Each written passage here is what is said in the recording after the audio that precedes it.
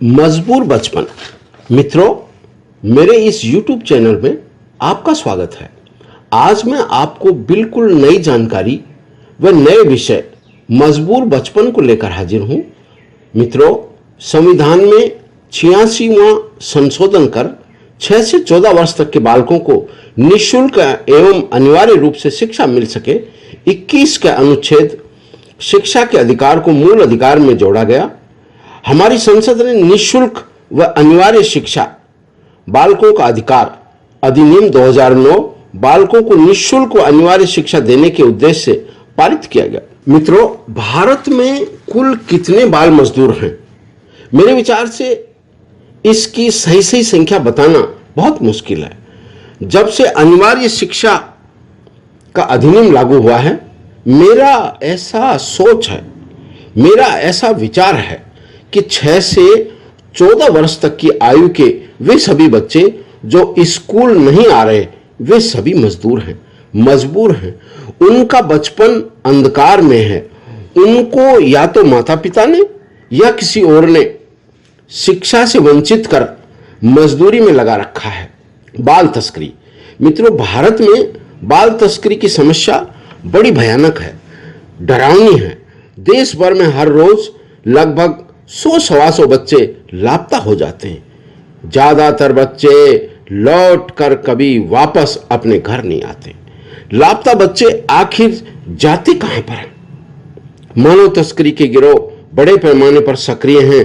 गरीब परिवार के बच्चों का अपहरण कर या बहला फुसलाकर या उनको कोई सब्जबाग दिखाकर बच्चों को बंधुआ मजदूरी में या भीख मांगने में लगा दिया जाता है। अभी हाल ही में जयपुर राजस्थान में दुर्गापुरा मोड़ पर 3 बच्चे भगवान का स्वांग रचकर भीख मांगते पाए गए। कोई तो है जो इन मासूम बच्चों को भगवान के रूप में रंगता है, इनको ऐसा मेकअप करता है, हाथ में कटोरा देकर ट्रैफिक सिग्नल पर भीख मांगने के लिए खड़ा करता है। बाल मजदूरी की स्थिति भयावह है।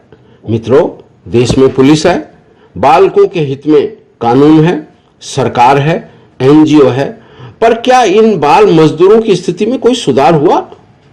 आपको कई बार सड़क के किनारे या किसी मेले में ऐसे दृश्य भी मिल सकते हैं जिसमें एक छोटी बच्ची रस्सी पर झूलती हुई करतब दिखा रही है, उसका पिता ढोल बजा रहा है, मां दर्शकों से पैसे मांग रही है। लोग बड़े चाव से इस खतरनाक और जानलेवा तमाशे को मनोरंजन के रूप में देख रहे हैं। कुछ लोग तो वीडियो भी बना रहे हैं। जिन माँ बाप की बालिका के भरण पोषण शिक्षा दीक्षा की जिम्मेवारी थी, वे ही उसे इस खतरनाक खेल में झोंक रहे हैं। बालिका अपने जीवन को जोखिम में डालकर, अपने प्राणों को संकट में डालकर, करतब दिखाकर माँ बाप का पेट पाल रही है। कौन समझाए इन गरीब लाचार माँ बाप को कि 14 वर्ष से कम आयु के बच्चों से श्रम कराना कानूनी अपराध है। संविधान के अनुच्छेद 24 के अनुसार 14 वर्ष से कम आयु के बच्चे को परिसंकट में नियोजन में नहीं लगाया जा सकता। आपको किसी गलीचा उद्योग, बीड़ी उद्योग, चाय की दुकान, मोमबत्ती उद्योग, अगरबत्ती उद्योग में छोटे बच्चे भी काम करते हुए मिल जाएंगे।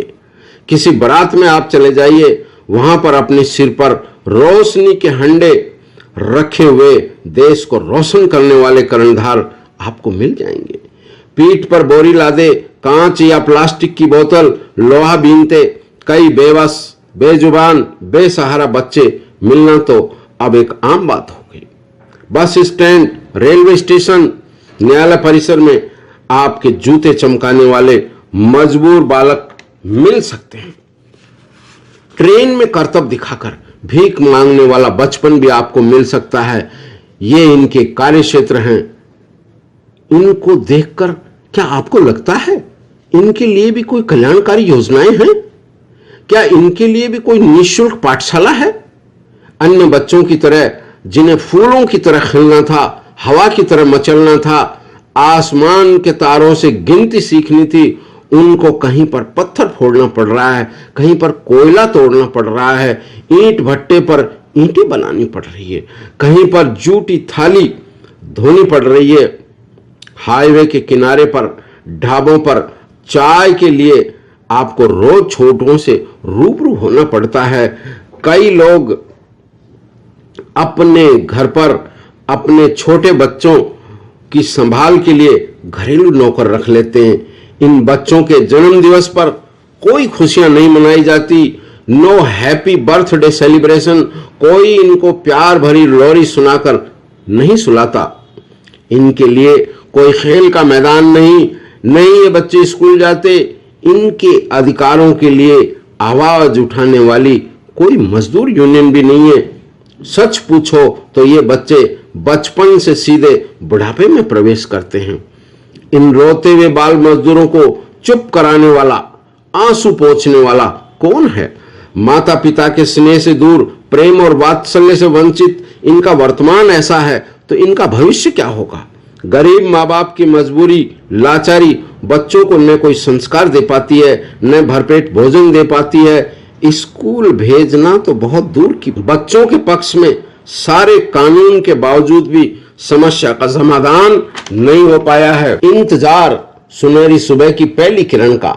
आर्थिक विपन्नता, शिक्षा के अभाव के चलते इस बारे में बनाए कानूनों की पालना नहीं हो पा रही है। सामाजिक चेतना का अभाव व गरीबी इस समस्या का मूल कारण है।